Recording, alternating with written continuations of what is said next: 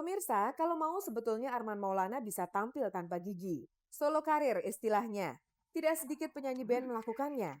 Namun Arman Maulana tidak mau melakukannya. Solidaritasnya pada gigi sangat besar. Manajemen gigi sangat sangat memikirkan image dari gigi tersebut gitu, bahwa gue vokalis gigi jangan sampai jangan sampai jomplang lah gitu ya, bahwa vokalisnya yang terlalu, tapi di lain pihak di diri gue sendiri juga gue malas gitu untuk nyanyi sendiri.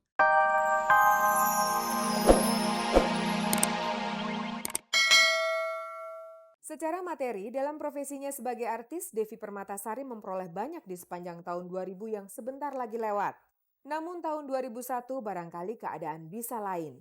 Divisi merasanya seperti itu, banyak bintang-bintang baru yang muncul, juga banyak-banyak PH baru, juga persaingan semakin ketat, yang seleksi alam pasti berlaku kan ya, siapa yang benar-benar bagus di jalurnya pasti yang bisa jalan itu dia gitu. Kalau misalnya memang kita tidak menyiapkan diri dari awal ya pasti tergilas gitu loh. Karena itu Devi berusaha untuk sebaik mungkin, apapun yang Devi lakukan, Devi berusaha untuk menjadi yang terbaik gitu. 10 hari lagi malam tahun baru tiba. Artis banyak mengais rezeki di malam tersebut. Namun Gigi cuek. Setidaknya sampai hari ini grup band tersebut masih menolak permintaan manggung di malam tahun baru. Sebagai band, Gigi memang laris. Tahun ini mereka menargetkan 42 kali pertunjukan. Tapi nyatanya, Gigi melakukannya sampai 82 kali. Apalagi istilahnya kalau tidak disebut laris. Maka Dhani Wijanarko sang manajer tidak terlalu ngoyo memburu rejeki tahun baru. 82 kali show sepanjang tahun 2000 sudah sangat cukup bagi Gigi. Tabungan mereka sudah sangat tebal. Dan tidak kurang penting, anak-anak Gigi juga ingin istirahat di akhir tahun ini. Kita juga mempertimbangkan fisik juga ya, kita terlalu, ya untuk tahun ini kalau nggak salah kita 82 kali show dari target 42 kali show dalam satu tahun gitu ya. Ya akhirnya ya kita, ya mungkin saya juga mempertimbangkan fisik dan kan berdekatan tuh antara Natal, Tahun Baru, Lebaran gitu ya. Hanya itu aja. Tapi kalaupun ada kemungkinan ada tawaran ya kita main. Kalau cocok. Asal harganya cocok, kata Dhani barusan. Artinya Gigi memasang tarifnya sendiri. Kalau lo mau sekian, gue bersedia main. Kalau enggak, cari band lainnya aja.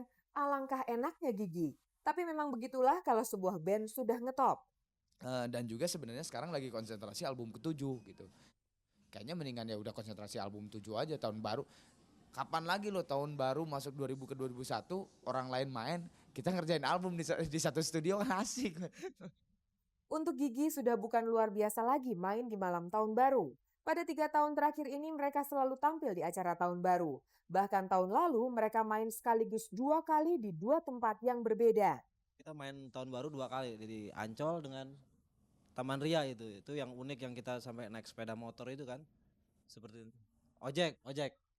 Jalanan waktu itu macet, sehingga anak-anak Gigi terpaksa naik ojek. Jadi semua naik ojek, kecuali saya dengan kru naik Espas kesayangan 1994 itu. Yang lucu lagi, dari ketujuhnya sama Espas nggak ada yang jalannya sama, tapi semua bisa sampai di panggung bersamaan itu. Kenangan itu tidak terlupakan oleh anak-anak Gigi. Asik. Jadi kebenaran ojek yang gua, Bu Jana sama Budi yang bersamaan, yang Thomas ngacir nggak tahu kemana gitu. Itu gue pas naik ojek itu tiga-tiganya baru gitu ngomong, oh ternyata tahun baru di Jakarta tuh gini ya situasinya, di jalan tuh asik juga ternyata gitu. Pakai motor gitu terus ngelewat Monas gitu rame banget. Wah, asik juga ya ternyata ya. Selama ini kan tahun baru kita paling di satu gedung nyanyi gitu kan, nggak ngeliat keadaan sekitar Jakarta kayak apa sih. Dengan ojek mereka menempuh perjalanan dari tempat pertunjukan pertama di Ancol ke Taman Ria Senayan. Sampai di tujuan penonton sudah sangat penuh. Yang lucunya pas gue masuk ke Taman Ria, gue tanya ke promotornya kan, ini maksudnya gue gimana? Man gak mungkin, lu masuk harus dari tengah penonton. Gila di Taman Ria Senayan kan penontonnya udah ribuan gitu. Gue bilang, hah masuk tengah penonton? Gue bukannya sok beken, bukan. Tapi gue bilang, di tengah penonton, wah gimana? Gue lihat, wah penontonnya edan banget gitu. Akhirnya gue memutuskan gue, Bu Jana, itu masuk Taman Ria pakai helm. Pakai helm dan itu nggak ada yang tahu gitu. Karena mungkin tahun baru ya. Tahun baru orang berpikir pesta. Orang ada yang pakai topi, udah pakai apa? Ya gue pakai helm itu, oh ini orang gila nih, masuk aja. Dan akhirnya gue bisa ke belakang panggung gitu. Pemirsa, kalau mau sebetulnya Arman Maulana bisa tampil tanpa gigi. Solo karir istilahnya. Tidak sedikit penyanyi band melakukannya. Namun Arman Maulana tidak mau melakukannya. Solidaritasnya pada Gigi sangat besar. Manajemen Gigi sangat memikirkan image dari Gigi tersebut gitu, bahwa gue vokalis Gigi jangan sampai jangan sampai jomplang lah gitu ya, bahwa vokalisnya yang terlalu. Tapi di lain pihak di diri gue sendiri juga gue malas gitu untuk nyanyi sendiri. Makanya gue dari dulu selalu ngomong bahwa selama ada Gigi gue tidak akan solo gitu. Kecuali kalau memang Gigi vakum misalnya 2 tahun 1 tahun, ya masa gue nggak nyanyi gitu, orang gue penyanyi kok gitu. Dua orang pembuat video klip, Rizal Mantovani dan Jose Purnomo, rupanya mereka ingin beranjak. Setidaknya tidak melulu bikin video klip. Karena dari itu dicobalah membuat film. Anak-anak muda yang biasa berkreasi membuat video klip tampaknya kian berani melebarkan sayap. Mereka juga cukup terbuka bekerja sama dengan sesama kliper. Simak misalnya yang dilakukan Rizal Mantovani, pemilik rumah produksi Avantgarde, dan Jose Purnomo dari Rex Cinema. Dua anak muda ini sedang mempersiapkan sebuah proyek baru yang lebih dari sekedar klip. Judulnya Jelangkung. Yang menarik, mereka memulai proyek ini dari percakapan ringan. Kali ini memang mau berangkat awalnya sih dari horor gitu ya. Horor kita memang, karena kalau bicara dari demand paling tinggi horor deh, udah gitu loh, horor. Walaupun mau sinetron, mulai dari segi televisi rating paling tinggi horor. Kita emang mau ngejar horor, karena juga bicara internasional pun lagi into horor. Ya kita coba ikut-ikutan horor gitu. Dengan santai, Rizal dan Jose menyatakan tidak peduli akan disebut pengekor dalam soal tema. Yang penting mereka punya pendekatan berbeda dalam penggarapannya.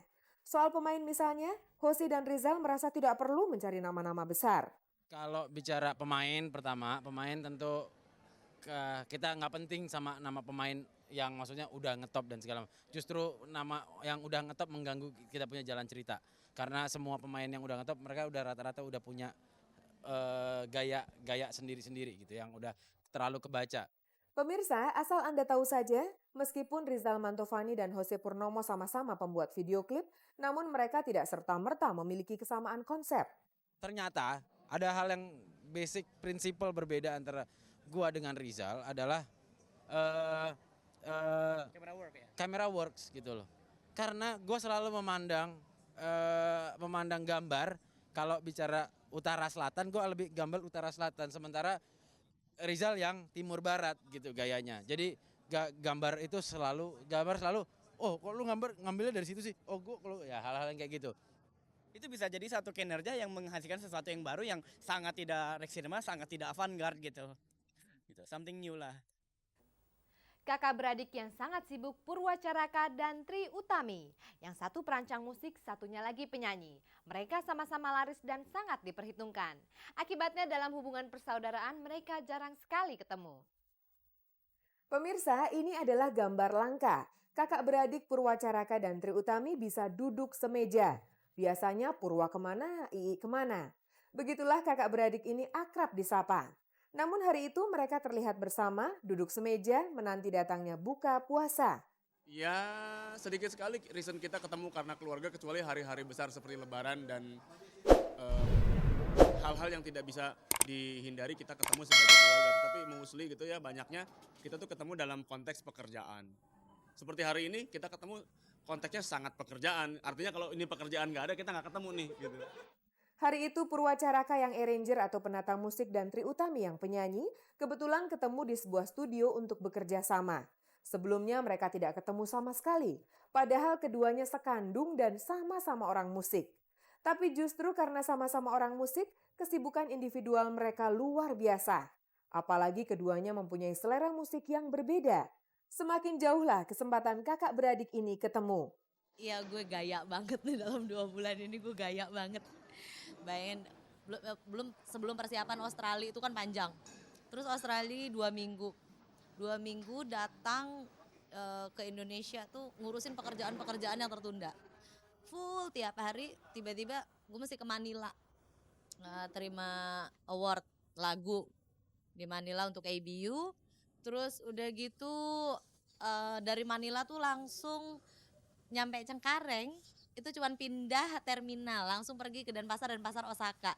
2 minggu di sana dari Denpasar ke Jogja, Jogja Bandung, Bandung Jogja, Jakarta, Jakarta Jogja, Jogja. Begitulah sedikit contoh kesibukan Trie Utami yang luar biasa. Itu terjadi selama bertahun-tahun.